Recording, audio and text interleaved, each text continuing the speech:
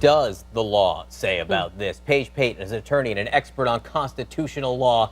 Paige, thanks for being with us. Is the law clear? I mean, a governor can take actions for the public health, can't he? Absolutely. New Jersey, like several other states and the federal government, has a law that authorizes their health department or their director of public health to institute a quarantine. But the problem is, when does he do it? Because the law allows him to do it whenever he deems it necessary. So you're creating a huge lack of uniformity and the ability to arbitrarily determine a quarantine, and that's what this lawyer is going to challenge. I guess it's that whole conversation, Paige, that we've been thinking about since Ebola first broke here in the United States, and we're going to be seeing probably more of this, the rights of the individual versus the rights of the public, right? That's exactly right. And in the past, we really haven't had anybody challenge these quarantine laws. And if you read them from the books, you can tell that although there's a lot of authority vested in these state health officials, there's really no guidance given to them. I mean, they have to make their individual determination that this person is too sick to go anywhere, so we're going to lock them up or keep them in a tent or whatever it may be.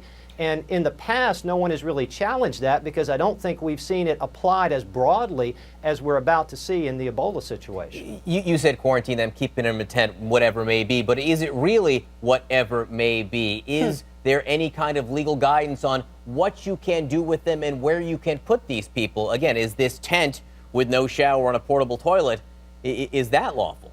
There's absolutely no legal guidance on how you can set somebody apart, isolate them, quarantine them. It's left up to the discretion of the public health officials. So we're going to see a lot of different states, and even the military has a different policy about how we treat people who, number one, have Ebola, and number two, are suspected to have Ebola. So I think some guidance from the federal government would be very helpful here. They have the authority to step in and create some uniformity, because if we have one quarantine policy in New Jersey, a totally different one in New York, and then none in Maine at all, we don't really have any quarantine policy at all.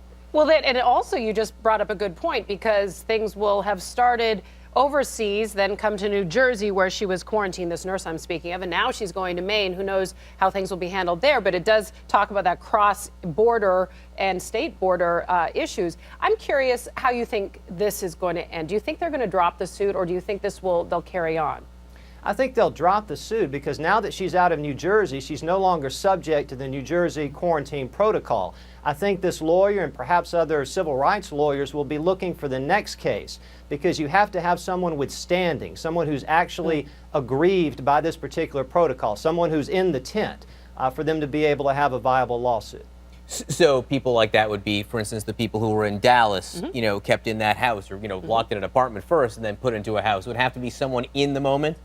Exactly. To have the best case going forward, you need someone who's suffering from a quarantine restriction, for them to bring a claim in court saying, hey, I need to get out of here, and they're holding me against my will, and they're doing it unlawfully. That needs to be the best challenge. Paige Pate, always good to have a conversation with you. Thanks for your legal mind. We appreciate it. Thank you.